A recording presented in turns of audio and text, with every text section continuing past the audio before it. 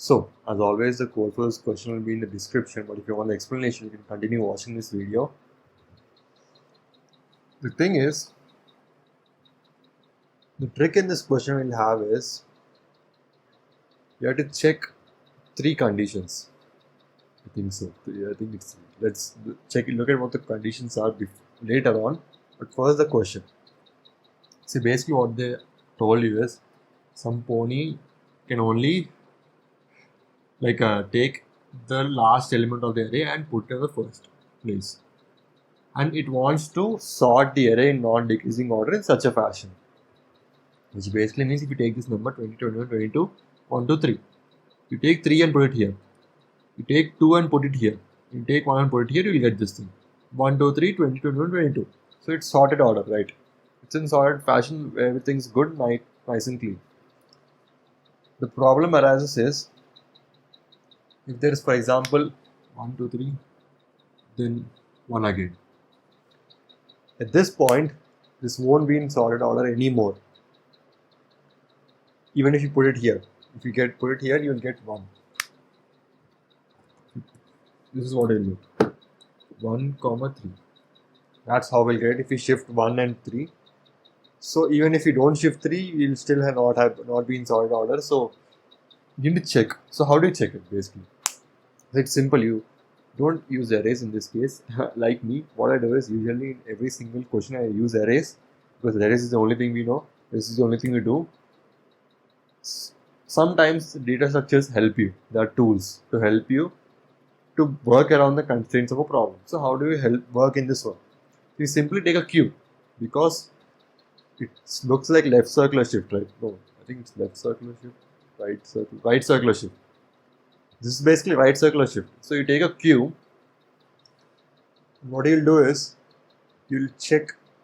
See, look at this thing. First you take a cube. What you're supposed to do next is take this array, remove this one. Okay, take this array.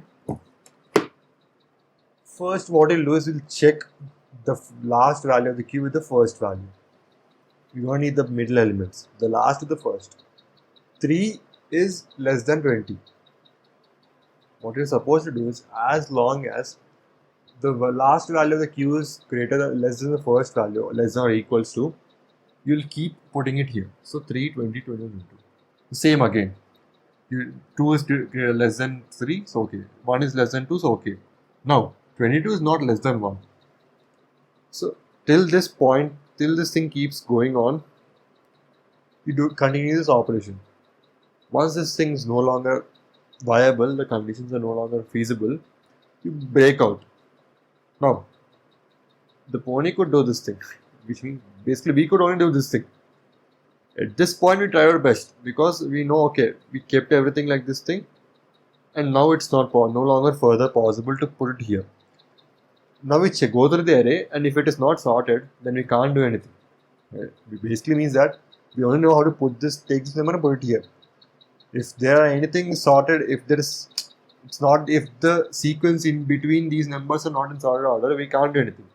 So basically means that we need to print -1. So we'll go through each and every value. We'll check if there's any decreasing sequence, and if there is, we'll print -1. If no, then we'll take a count of this thing. How many times will we rotate this thing? And we'll print that count value. Only one condition is, in this scenario, what you'll get is, what are you going to do about this? Because, see, 1 is less than or equals to 1. Yes, this will shift. Get 1, 1, 1. 1 is less than 1. Yes, we'll get 1, 1. 1 is less than 1. Yes, 1, 1. 1 is less than 1. Yes, 1, 1. 1. Oh shit. Time limit exceeded. That's too bad. See, basically what happens is, if all the elements are same, then at this point, what are you going to do? Because it will keep continuing the loop. The queue, it will keep putting the elements again. For that, what you're supposed to do is, okay, the check. You need to have a condition to check it. You can't go through the element and check if each and every element is equal or not, because I mean, why would you do that? What you'll do is, since there are 4 elements, you can do one thing. If we right circular shift this thing 4 times, you get the same number. So if it came to a point where we are able to right circular the shift 4 times, that means that something is not right. When you do something so many times and you're getting the same, you look at it and you get the same thing, you're like, okay, you have to wait down. You stand down for some time. Look, okay, this array, something's wrong with it. I'm getting the same thing even though I'm doing the same thing. Let's put 0. So in the while loop, as you see in the code, if the count of number of times you're going to shift, right circular shift this thing, exceeds the value less than n, which means that it's equals to n, which means it's equals to 4 here. If the count is 4, 1, 2, 3, 4, yes, 4. We reached till 4. If the count is 4, then we'll print 0. That's it, no excuse.